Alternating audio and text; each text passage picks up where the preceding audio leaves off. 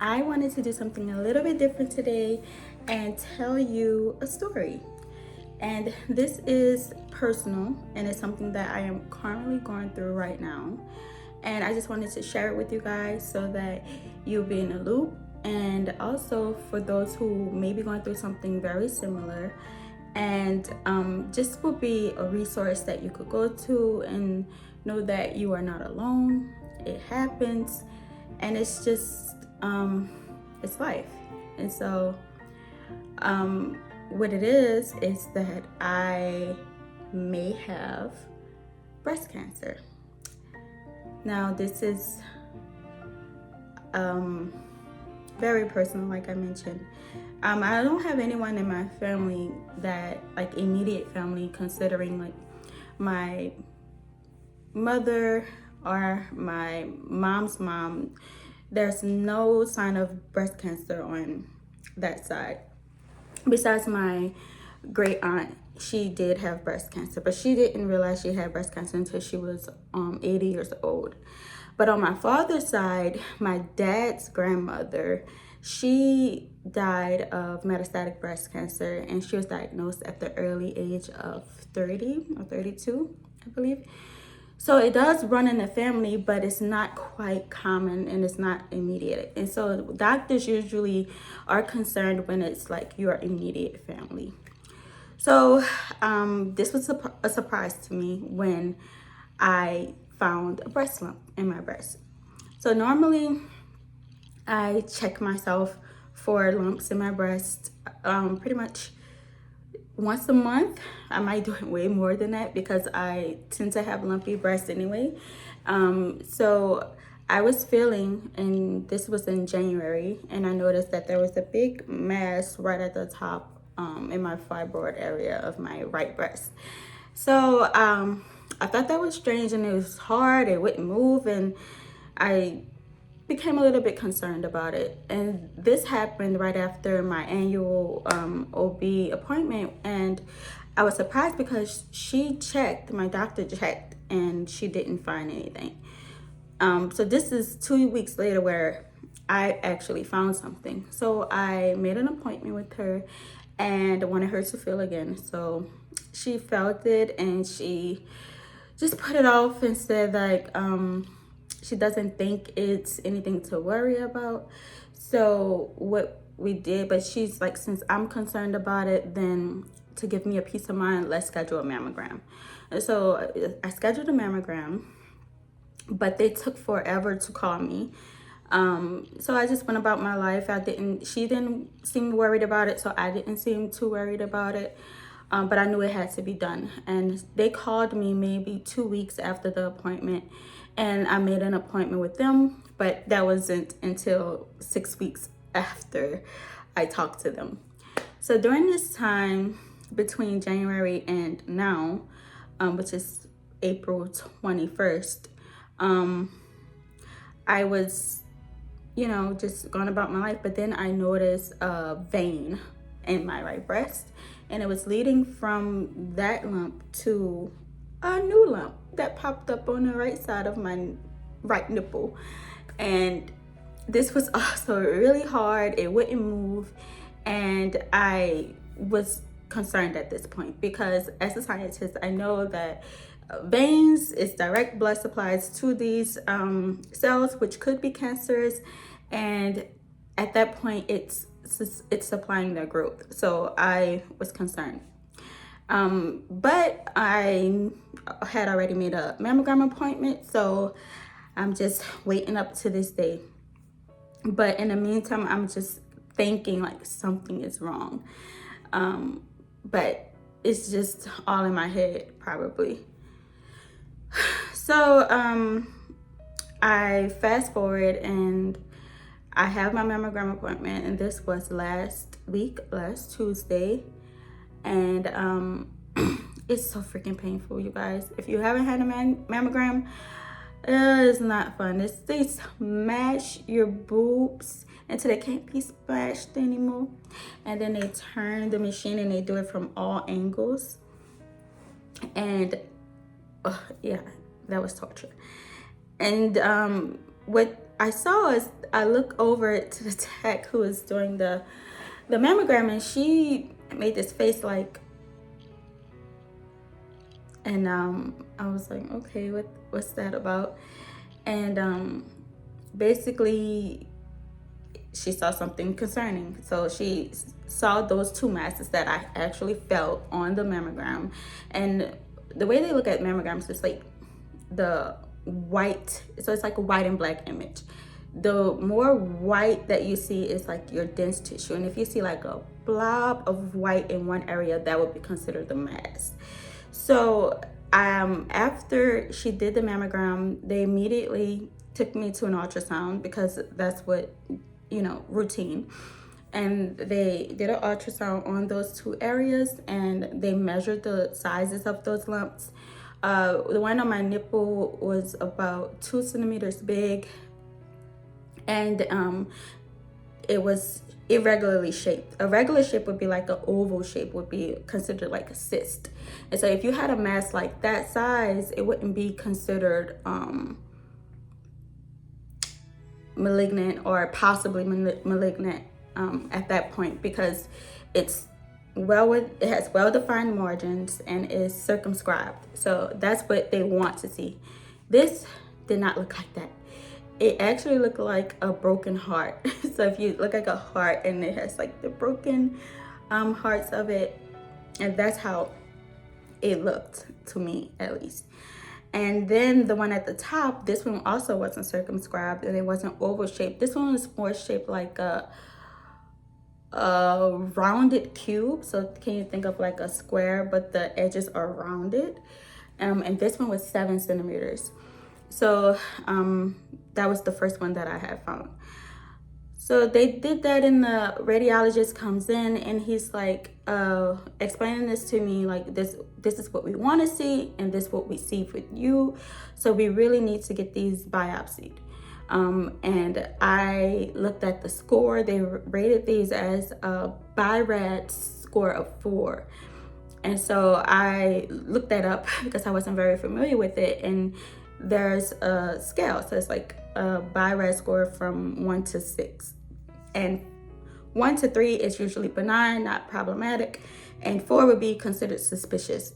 So, and there's 3 components of 4. So it's A, B, and C. And so C would be like, it's like percentage right. So if it was A, it would be less than 2% chance of being malignant. B, between 3 and 50% chance. And then C would be more than 50% chance that this is malignant. So it was a very vague answer that he gave me, 4. So I don't know, am I A, B, or C? At this point, I'm like just going crazy. So I go to work after my mammogram, and I cannot concentrate. So I'm just trying to keep my mind off it. I'm doing hella work. I'm just trying to do whatever I can to keep my mind off of this. And I leave work, I go pick up my baby, and then we come home, and my husband, he's at work, but he did come with me to the mammogram, so he's aware of what's happening, but he had to go to work, of course. So yeah, I'm home, and I'm just going through it. I'm just thinking, and I'm crying, and I'm trying not to, but I can't help but think the worst at this moment. And so I'm just I really was thinking, like, my great grandmother had cancer, so I probably have cancer too. And what's gonna happen? Like, am I going to live with this? Of course, because they have like really great treatments for breast cancer these days, so it's not a death sentence. But my major concern was get my breast removed, and I'm like, I want to have another baby. I want to be able to breastfeed that baby. And so it's just a lot of emotions. Like, having a choice taken away from you would be like, that's the problem. Even though I know I will be able to live with it, it's just all of these things is going through my mind. And yeah, so that's how I was feeling, and I just felt like I really had cancer that first day. But after that, as the days go on, I'm a scientist, so I'm doing hella research. So I'm researching the images of benign, which is good, versus malignant would be bad, cancerous, right? So I was imaging benign versus malignant tumors, and I was looking at the radiographs, which is the ultrasound. I was looking at mammogram images, and I just wanted to see if there was a correlation to how it looks versus the diagnosis. And a lot of the papers that I actually found was showing that if it looked the way that mine looked, it was ended up to be cancerous. And a lot of those patients, they were older women. They were like over 64 years old for those papers. So I was just like, okay, age is a big factor, right? I am 30, so they're 64. Even though mine look like that, it might not be that, because I am 30 years younger than them, right?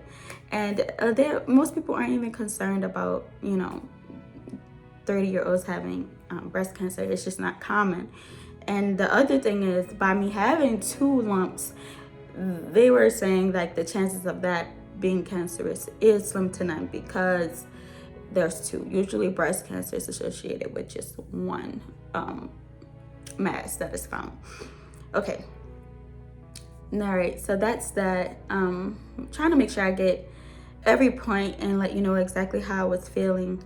So after the mammogram, and I scheduled that same day, I scheduled a biopsy to get done, and they were going to do the top lump and the one that's right next to my nipple, and it's a core needle biopsy. So it's ultrasound guided needle biopsy.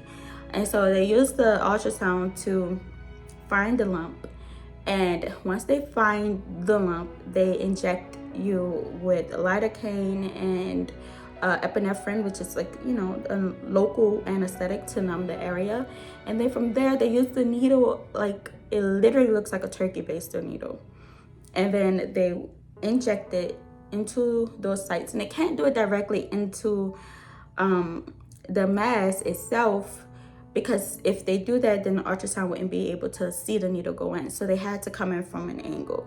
So my biopsy was actually yesterday. So they scheduled it a week and 2 days out from when I got my first mammogram results.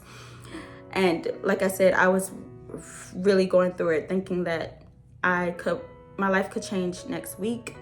I could have cancer. But as the day before I actually had my biopsy scheduled, which was the day before yesterday, I didn't feel like I had cancer anymore. I just felt like everything was gonna be all right. It's like this serene feeling just came over me, and I just know that I'm gonna be fine. I don't think it's cancerous. I think it's just lumps, masses that just popped up. I'm really being hopeful about it, and it's in God's hands, of course, and I'm trying to take it out of my head, because I am a worry wart, and I don't want to worry too much about it. But I am feeling good, and currently I am awaiting my results. So but back to the biopsy that happened yesterday. After they put this turkey baster size needle into the area, it was so painful. Like, I don't think they numbed it well enough.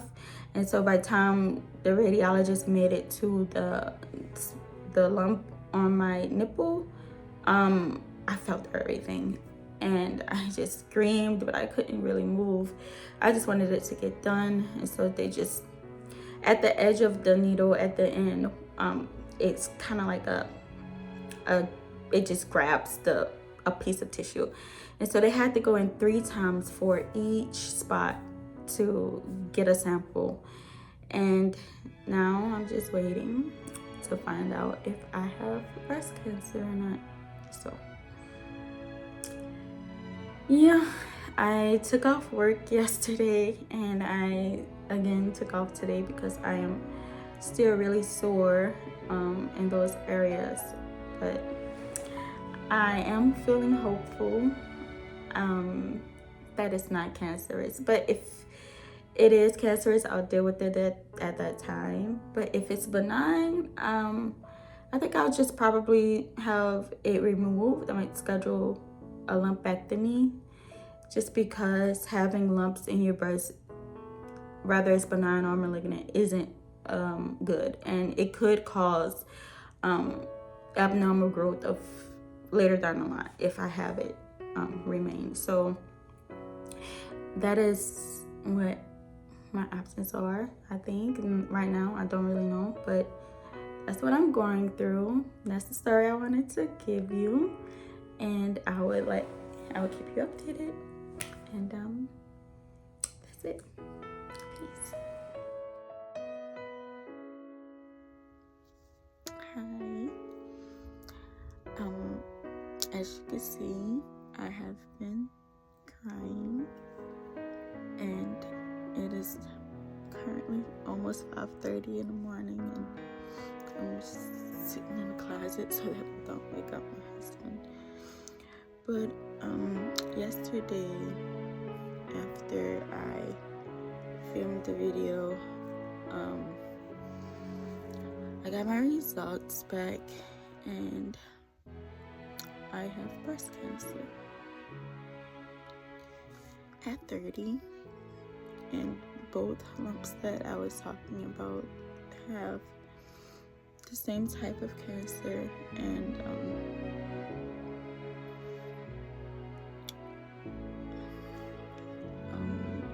so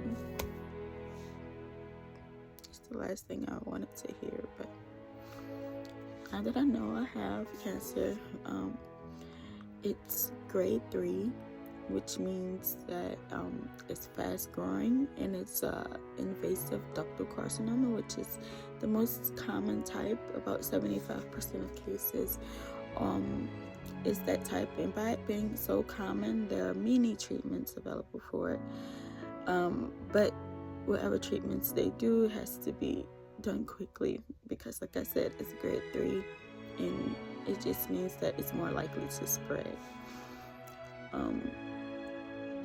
But I don't really know all of my options right now, because yesterday was Friday and I got those results, and I'm waiting on a doctor to call me on Monday, and then we'll go from there.